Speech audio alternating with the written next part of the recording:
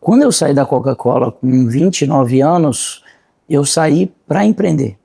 Eu saí para montar a Ecoville, que hoje é a maior rede de lojas de produtos de limpeza do Brasil, com quase 500 unidades, mas naquela ocasião era só um sonho, era só uma ideia, porque nós tínhamos visto uma Kombi passando na rua vendendo produto de limpeza. Uma pessoa toda suja, em cima de uma Kombi velha, vendendo em garrafa de refrigerante. E nós falamos, cara, se esse cara tá vendendo tanto, imagina se a gente profissionalizar um pouquinho, né? E quando a gente falava em profissionalização, nós estávamos falando, cara, ter um uniforme, tá dentro de um carro melhor, ter um produto com uma aparência melhor, estar legalizado, trabalhar com crachá, com uniforme. Só que olha só que interessante, isso foi em São Paulo, capital. E nós saímos de lá para vir aqui, para essa cidade que a gente está hoje, que é Joinville, para montar esse negócio. E quando nós chegamos aqui, cara, imaginando que seria muito rápido, muito fácil, né, que tudo aquilo que a gente já tinha feito, eu na Coca-Cola e meu irmão na Sadia, que ia acontecer muito fácil no nosso negócio, a grande realidade é que 6 meses depois, se colocasse aquele cara que a gente tinha visto lá em São Paulo, todo sujo, sem licença para trabalhar em cima de uma Kombi velha, e colocasse a gente do lado e falava assim, vocês são sócios? Porque a gente tava igualzinho a ele.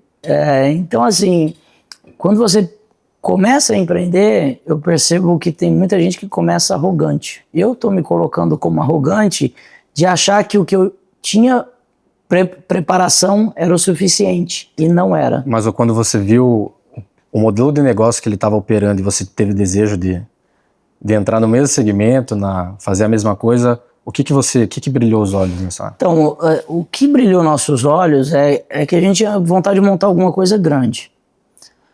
E para montar alguma coisa grande, a gente sempre olhava assim, a quantidade de clientes que você conseguiria impactar. E quando nós olhamos para o mercado de produto de limpeza, a gente falou, cara, é limitado. E é um mercado que eu continuo olhando e falando, cara, todo mundo usa produto de limpeza, toda hora, né? Toda hora, o tempo todo. A roupa, cara, que você tá, você lavou. Acorda todo dia e destrói produto de limpeza. Né? Hoje de manhã a menina limpou a mesa aqui.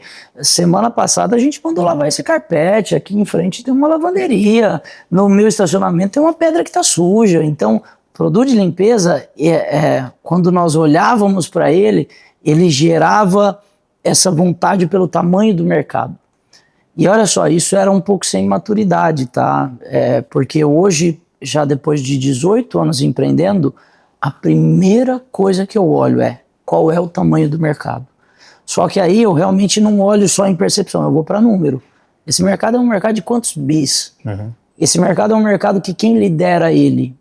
Qual é o share das marcas? As marcas são grandes ou as marcas são pequenas? Quais são as brechas? Então hoje nós avaliamos muito mais, depois de um nível de maturidade maior, mas naquele momento era muito mais vontade, tesão de fazer um negócio acontecer, do que falar que a gente tinha domínio sobre uma estratégia ou sobre um plano. Maravilha.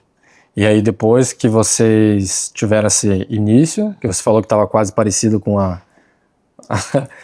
aquele senhorzinho, você... Inclusive eu já vi as fotos, né, daquela época, assim, cara, eu quase chorei, sendo bem franco, porque realmente foi uma fase que você, teu irmão e teu pai tiveram que se superar, né? Tem alguns pontos assim, né? Porque tem várias formas de se ver essa história.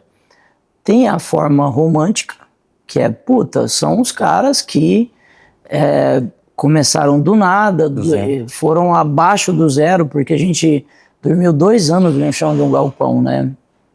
E ainda hoje eu paro para pensar, cara, é muito tempo, sabe?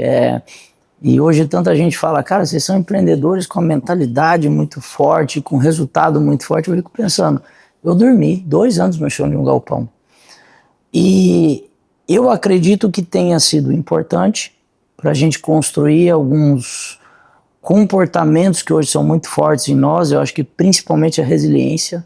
Cara, naquele momento, em uma fase, quando as coisas estão muito difíceis, e talvez esse seja um ponto muito forte para você que está ouvindo. quando as coisas estão difíceis, o mais fácil é a gente terceirizar a responsabilidade.